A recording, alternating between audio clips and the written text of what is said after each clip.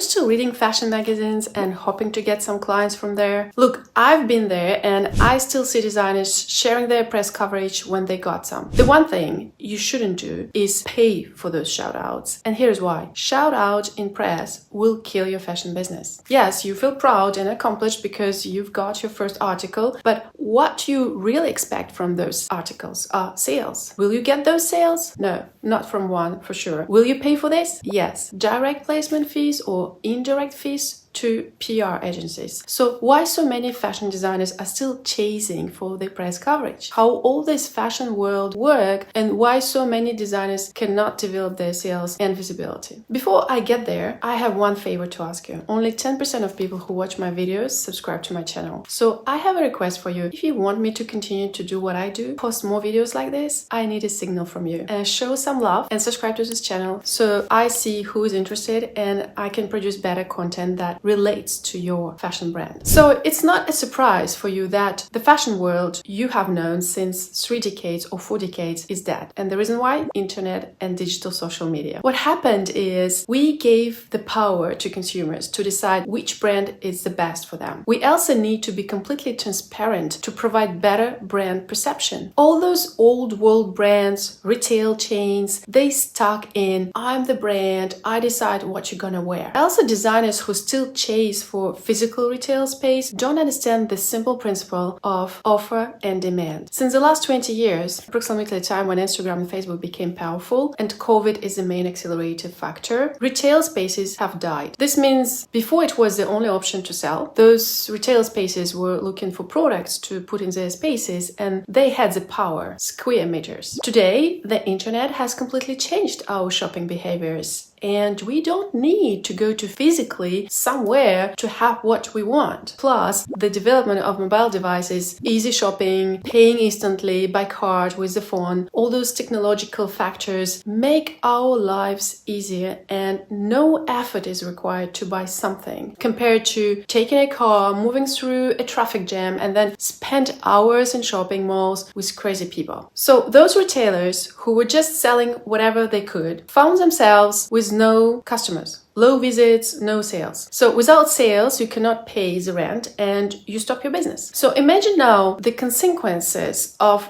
retail in general if millions of shops are closed because of the shortage of visitors and consumer engagement. So there is not enough retail space today for every new designer who launches a brand today. Now, how does the press come to the play here? Simple. Before, when you come to the fashion business, you have a clear journey and milestones to accomplish. First, find a space in a showroom, create your first collection with samples, wait for buyers, and the press contributes to your brand visibility and credibility, right, for buyers. Then sales and shops. And then you repeat the cycle every season, and somehow you can end by opening your own store at some point. But this is 2000s model. 2000, guys. Today, in 2024, 24 years later, the fashion business is different. There are no more buyers, shops are dead, remember? And when buyers have disappeared as a species, you don't need press anymore. Press adds credibility to the brand when we want to attract buyers. But we don't need the credibility, at least at the early stages, when we want to attract a direct consumer. Direct consumers will be attracted if what you do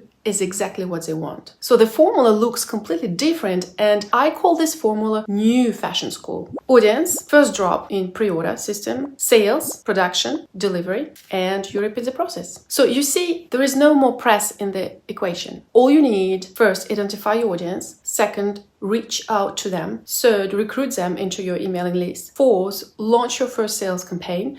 And fifth, make a product and deliver. Now, when should you go to see the press and why? It's more of a long-term strategy to build the brand. And again, I wouldn't pay for that. I would just work on my digital presence, create an amazing audience, amazing content for my brand, and then the press will reach out to me because they cannot ignore the trend. So you become the trend and they are the the followers. You see, this is the problem of traditional fashion press today. Their content is old, it's boring, it's about promotion. Just look at all those ads in your magazine. You pay for ads and luxury brands. The quality is questionable. So I will share with you an extract of a video from Marina Lee. Her channel has 1.3 million subscribers. And this video about the life and death of fashion magazine has more than 500,000 views. A lot of the content being published today is just not revolutionary. Or it's just bad. It's not even good sometimes. Magazines often rely on publishing the same kind of content that they've been publishing for years now. Dieting tips, heteronormative dating advice, recycled makeup tips that we've seen over and over again. Like, this is all just very boring content. The one thing that has changed dramatically in recent years is the direct relationship brands now have with their consumers.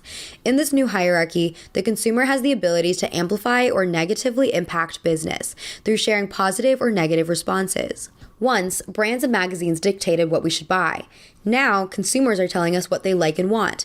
And the power structure has been turned on its head. So why social media is more powerful than the press? Well, social media has a direct response. It gives you instant feedback. Am I viral or not?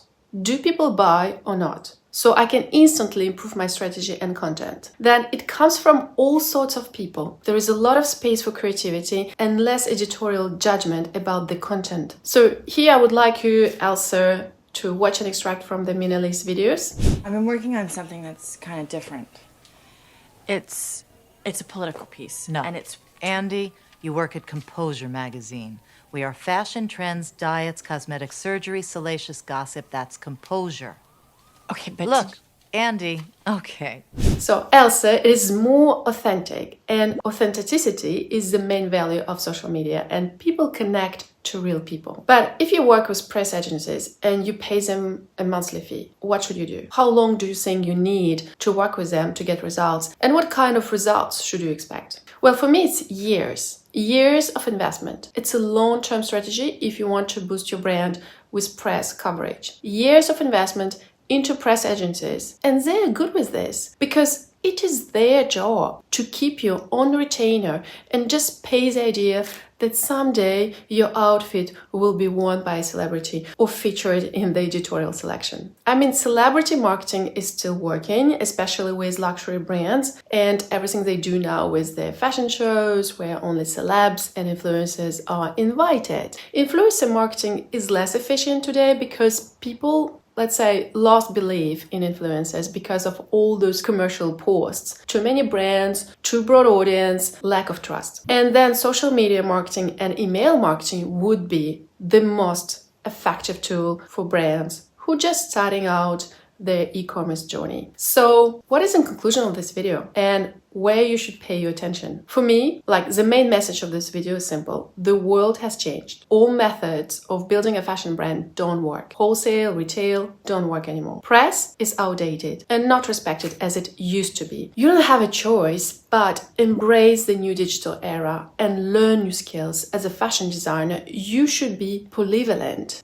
Experience fashion and shops online and just put all the systems in place to become part of their life in the digital world. So thank you for watching, and I invite you to watch my next video about how to start on a budget your clothing brand.